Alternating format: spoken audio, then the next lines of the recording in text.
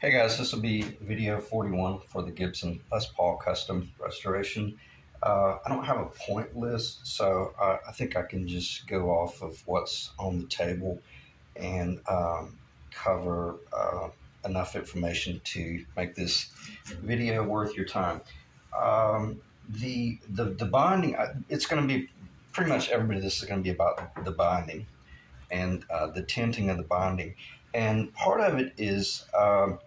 I'm going to use this video for myself in order to capture what is going on with the color that we see and as compared to the color and the tint, the lacquer that I've come up with.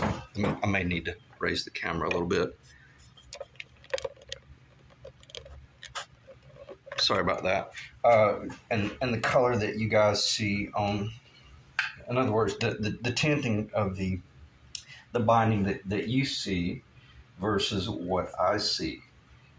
And because what I did, I started with a very faint tint, and you can see it clearly. Here's where the old ends.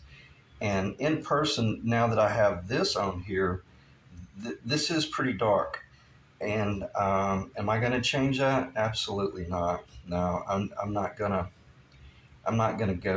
go there, because if it were my guitar, I might a little bit, but I don't want to run the risk of losing 40 years of what's real. That's real, and even though it might not look good, on film or on camera. Doesn't matter. It's real. It's just like the Yamaha that I showed you, where there are certain spots that look really, really dark and certain spots that are not. And it's weird. Let me make sure that's in the video. Let me pull it forward a little bit. Okay, so we know that original stops right there, and it's bizarre when you've only done one tint and you can't find. Okay, yeah. Sorry about that. It got a little bit chaotic. Okay, so this is. Let me look back. I want to see if I'm holding it. Okay, yeah, I'm in a fairly good spot right there.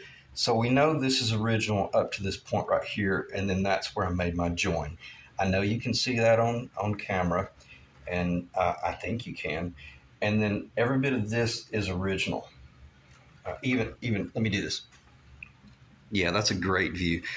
And before I forget, let me cover this. Look how distinctively different this original color looks compared to that. And every bit of this is original. I'll go ahead and cover this, and then we'll cover the other in the back. The only thing that's not original is just this little corner. Well, I'm sorry. Just look at the back right now. The only thing that is not original on this back, it starts from this point and continues in that little 2-inch spot right there. But where I'm going with this is, let's take a visual of what's original and see how incredibly different it is, and then let's blend into my new work, which starts, I've already shown you, it starts back here if that's not shown up, and then I'm just gonna let it pick up in the count. I hope that picked up. And again, I'm kind of doing this for myself because I want to take a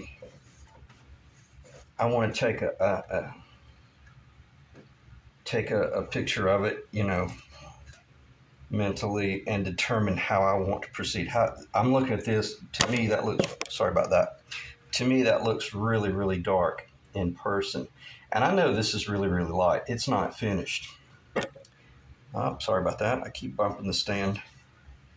But that's getting me in the game. I don't even know if I've shown the neck yet. Let me just pass through. The headstock looks really good. I did 2 coats on that. It's easier to control the small. Sorry, guys.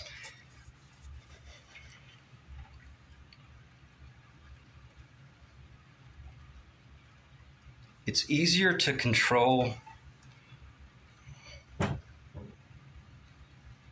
the small areas, like this strip right here.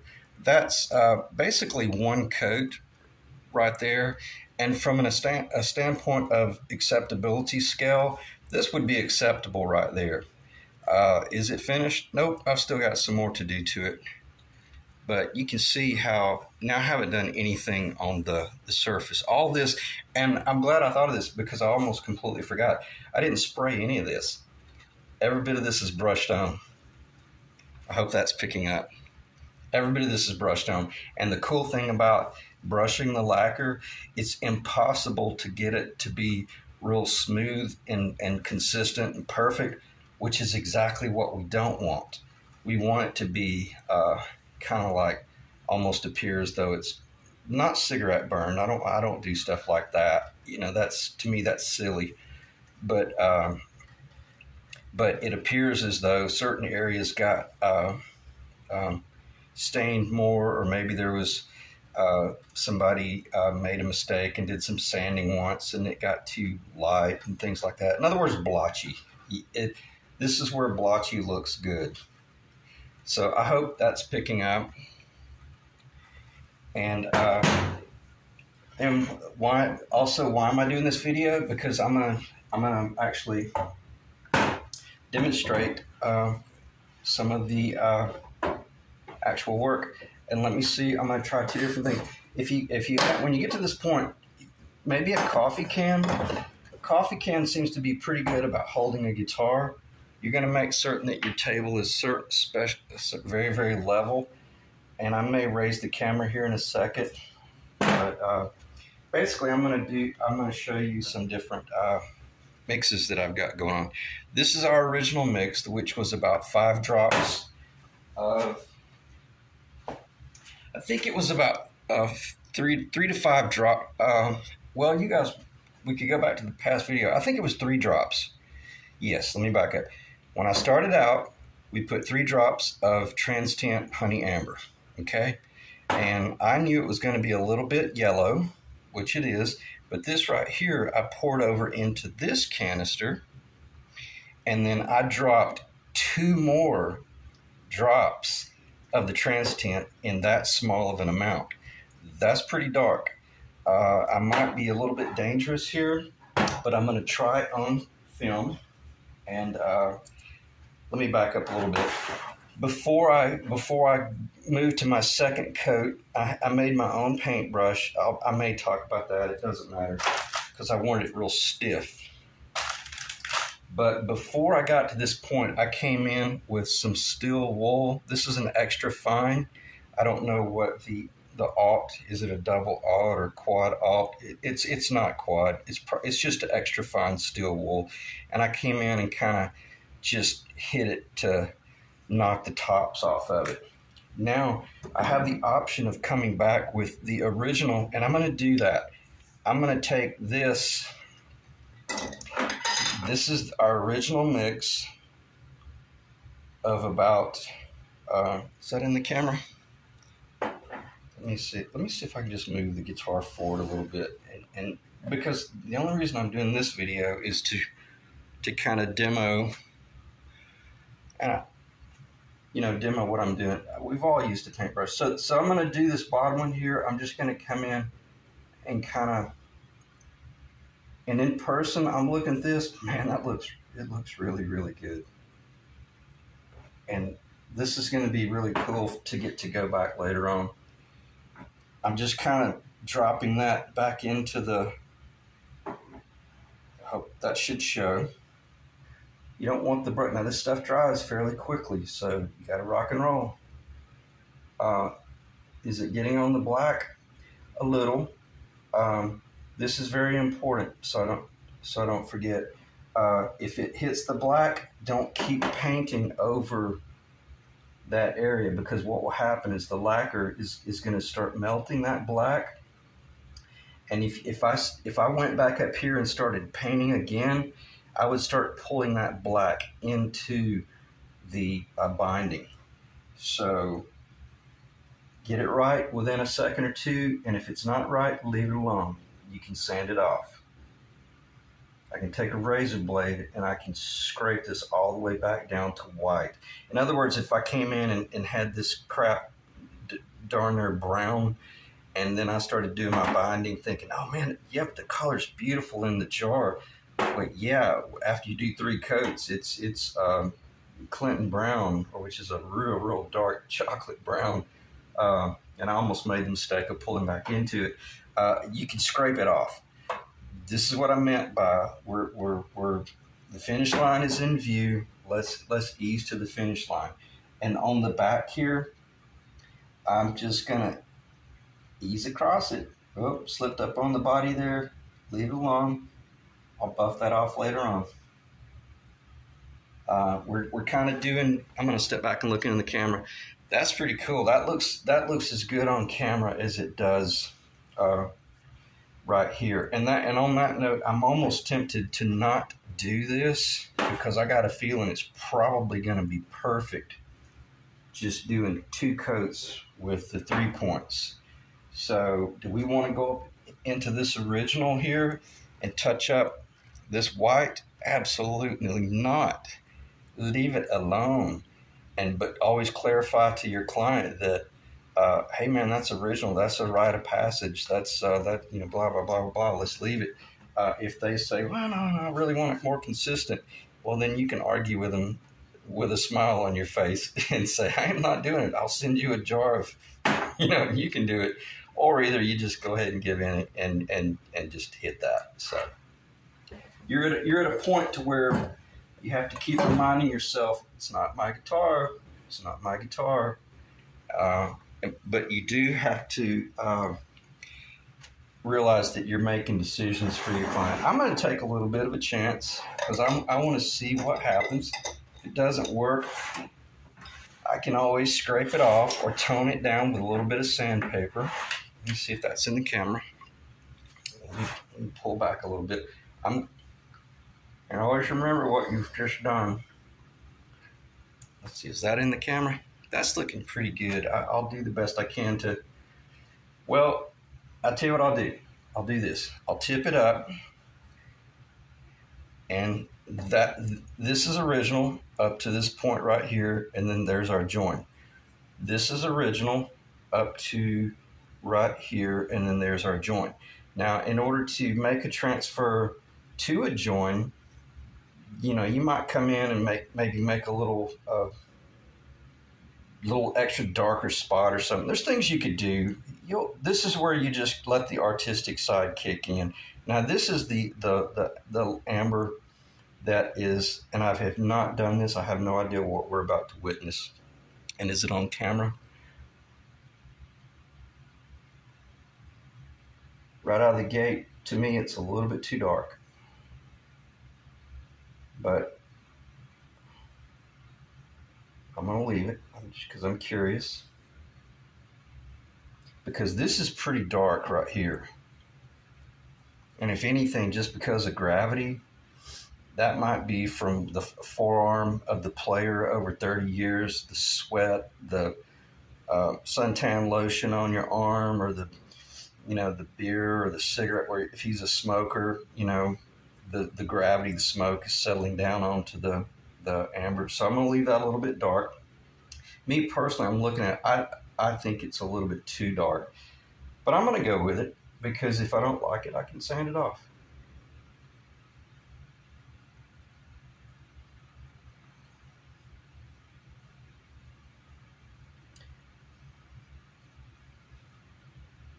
Now, I'm contradicting what I said about don't pull back into it. You could go back up into it if you want to, as long as you know you're staying off of your black. And I'm going to look at this in the camera and see what it looks like. It's pretty good on camera. In person, it still looks a little bit yellow. But I'm going to see if I can look back into the camera again, move it around some.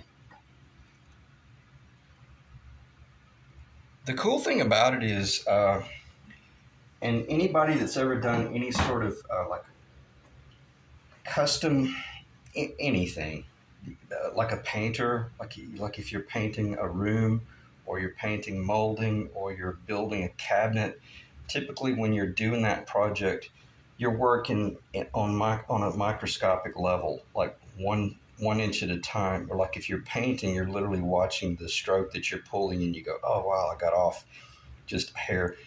Well, yeah, it's 15 inches in front of your eye, but you're in a room that is 18 by 22.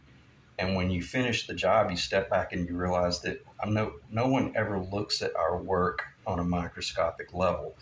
They're looking at our work on as a whole, like you're looking at the whole guitar, and that's our objective. And I don't mean to be condescending. We all know that, but I guess what I'm saying is be easy on yourself. If you're doing something and you see something that you think you made a little bit of a mistake, don't worry about it.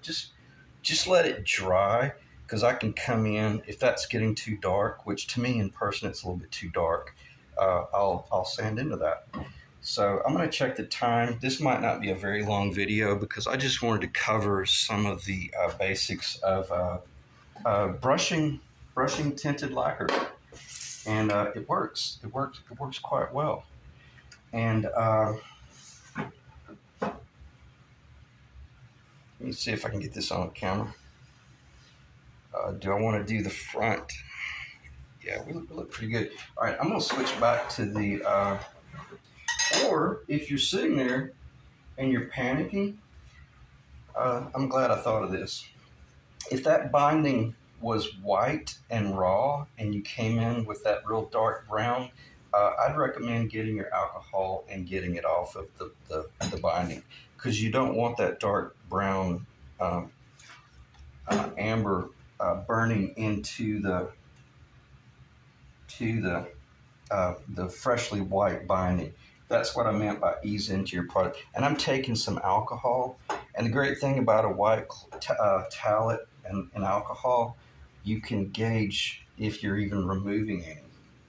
Or maybe I'm not removing any. Because right now I'm using a 50% alcohol just to be safe. So I'm just going to leave it alone. I'm going to let it dry.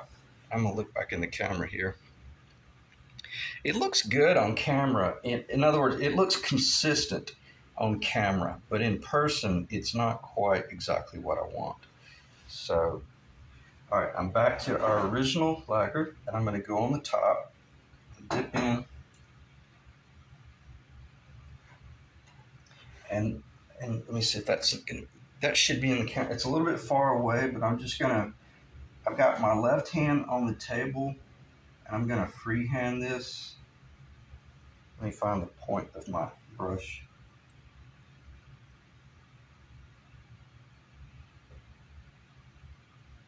And it's typically best to just pull until the lacquer, until you pull into a dry spot. And the painters are going to know this. You got two different options. You either paint from dry into your wet paint or your material, or you're going to be picking up where you left off with the wet area and pulling it into the dry. It'll probably vary. I have a tendency to go always be painting wet. Yeah, let me clarify that. This is pretty important. When you're working with lacquer, this stuff dries so quickly. I would highly recommend that you that when you start your next, like I just finished off about right there, let's not come over here and try to pull back, because by the time we get here, this will have already dried. So let's go, let's always be doing wet to dry. Wet to dry. Oh wow, I got up on the body. Oh no, what am I going to do? Relax, let it go. And don't try to start leveling it down. The stuff will dry, and you saw how it'll shrink. And if anything, we can sand it off. Because what are we going to do?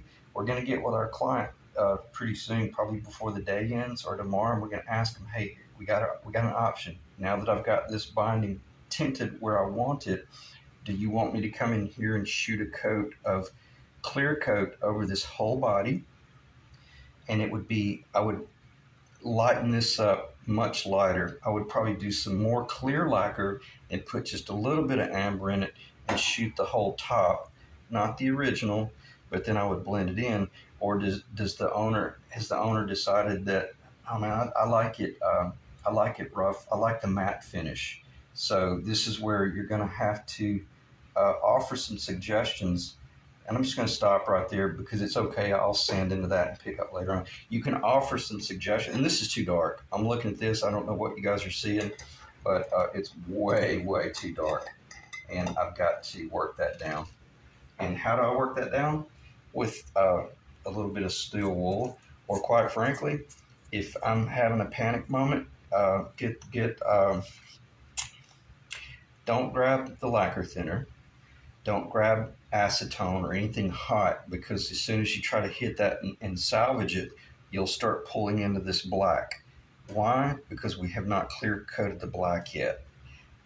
It's best to just leave things. If that got really dark, just leave it alone, and then we'll come back in 2 or 3 hours with some 150 grit sandpaper if we have to, and we'll just start kind of feathering down until it looks good again. So if you have a mistake like this, don't necessarily panic. Well, certainly, of course, don't panic, but don't overreact. Don't overreact to a certain situation. If this is the first time you've ever done this, I wouldn't recommend experimenting on your actual project. Maybe experiment on something on the side. But don't practice so much that you waste time. Sometimes just dive into your project. I intended to do these first couple of coats with spray. I was going to tape this entire body off. I was going to tape off every bit of the black and only expose the binding. And I was going to go in the spray booth and start spraying and feathering and blending and this, that, and the other. And I realized, no, I've got to see what is there, because I'm replicating what took 40 years to achieve. So, and I don't think I need to expand on that. That ought to make perfect sense. What else would I want to talk about in this video? I will spray when it comes to spraying. So I will do some spraying for like a sealing, and I'm just going to see if I can turn this around. This up here, I definitely want to come in and spray over this, because I just do. Well, I have to. This is unfinished, in other words. So I will be taping off the entire fretboard, and then I'll be spraying this area here. But I have to tell you right now, I'm really excited about this tint on the binding up here. I'm very close, and even that I just used, I'm probably going to cut it with some clear lacquer, just to, or I may not even do any more brushwork on this. I may just start spraying over this, because we want to see our logo and our split diamond turn kind of vintage amber as well. And then we'll go from there. So that should be a lot of information, and it should be, last thing I want to do is drop the guitar. I tend to use square blocks. That tends to work pretty good about keeping a guitar under control. And yeah, that should be nice. And I'll see if I can just cut the video off right there. And no sense in just sitting here and rambling, because I covered and go ahead and clean your brush out with your lacquer thinner, which I have not opened yet. So let me think what I should cover. I don't know if I made any sense about the spraying. Let me kind of go over the spraying again, as though I haven't even talked about spraying. Yeah, let's do this. What am I going to spray? With clear, with an amber. Okay, let me back up. What am I going to spray with my lacquer in my spray booth and what am I going to tape off? After I get this binding on the body where I want it, I'm going to compartmentalize the neck, and I'm going to tape the body back off with paper, because I don't want overspray from my clear lacquer that is tinted, just as I did not want overspray from the black lacquer. But I'm going to spray a real nice coat of it'll probably be more like three to four coats. Not too many. You don't want to build up 15 coats of clear. You'll lose your profile. It only needs about probably 2 to 3 very thin coats of clear. This is called clear coating. And I'm going to cut the lacquer about probably 30% on the first shot, maybe the first 2 shots. And then my third shot, I'm going to go ahead and cut that lacquer up to about 40% with some lacquer thinner. It's going to be fairly watery, And I may even take the guitar and hold, if I'm scared of risking runs, I may hold the guitar flat. Let me see if I can do this. And I may spray like this right here just to make certain that I don't get runs. Let's say the headstock is sticking straight up so that I don't risk getting runs like in this area right here. I may just spray it like this, you know, and around this end, and obviously around the other side, and just kind of hold the guitar. And if I see it running like this, immediately, and you can do this, immediately flip the guitar over and then watch that run, and you'll be surprised. You can take that run and you can push that run wherever you want it. So I've never seen anybody do that, and that might be kind of elementary, but it's a heck of a lot better than having to strip your finish and start over, or risk that run being really difficult to sand out. So don't be embarrassed about keeping the training wheels on. So I'll be spraying the neck, and probably 3 to 4 coats max. And obviously, you know, you won't be spraying your fretboard. That's going to be taped and papered off 100%. And I mean, you're really going to spend time taping that off. And then I'm going to tape off the nut. You don't want lacquer getting up on the nut. You always, regardless of what the nut is made of, always tape the nut off and then leave. It's going to look like this. You know, that's basically what it's going to look like. And you're going to have all this taped and cornered, and you've spent time with your, let me do this. I'll just show you.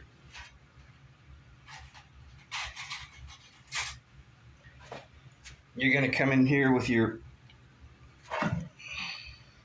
razor blade, and you're going to be doing things like this, and you're going to be making certain that you're really pressed up in there. And sorry if I was loud, I was behind the camera, but you're going to be doing things like that. You're going to just be, let me back up. You'll have to leave.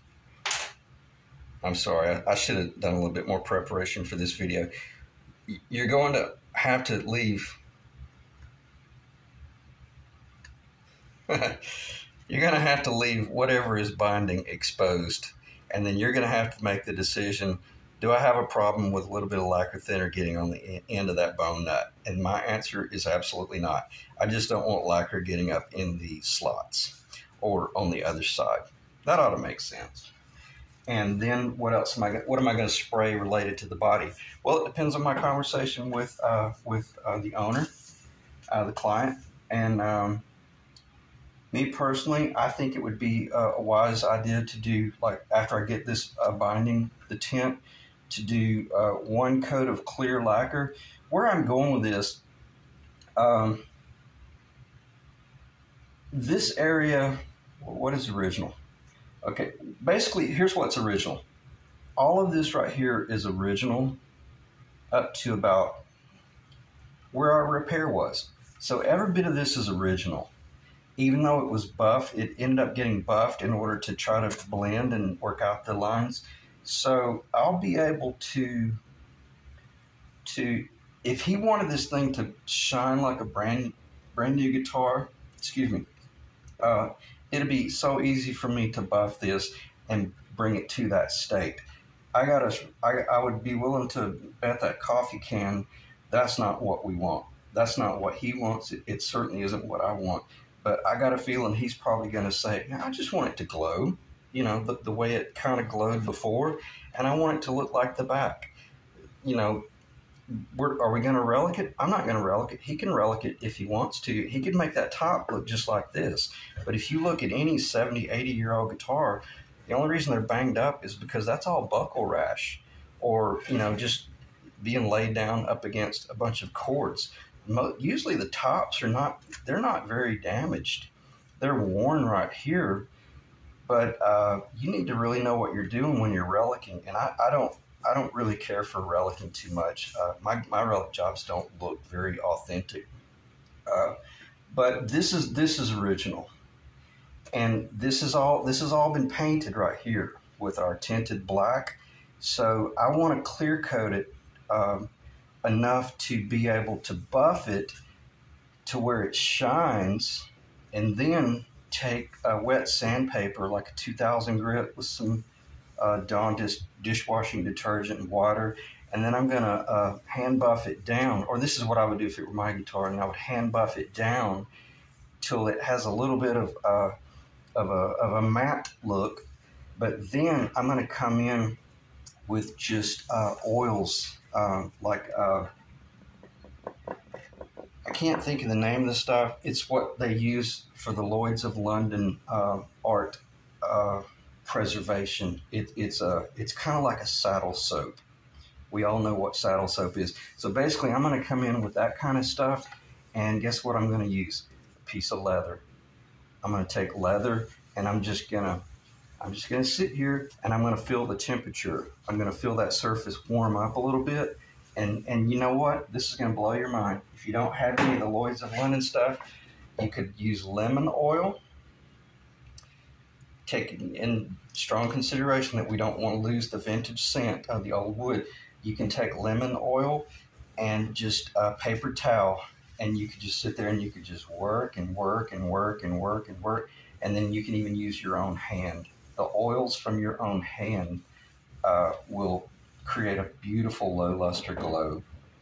So am I going to show that in any of these videos? No, this pretty much should be the next to the last video on this guitar, and for certain the next time you see it, it should be clear coated and kind of that warm soft glow with the strings on it, and a playable guitar. But I'm just giving you an idea of if you're not careful, you'll end up creating 5 more days of clear coat, sanding, buffing, sanding, correcting mistakes, when you're working with a guitar that the owner just wanted to play the thing, you know, he just wanted a guitar. So you have to draw that line of what was our objective. So anyway, I hope I didn't get long-winded there. I think in hindsight it was probably some good information, but nothing.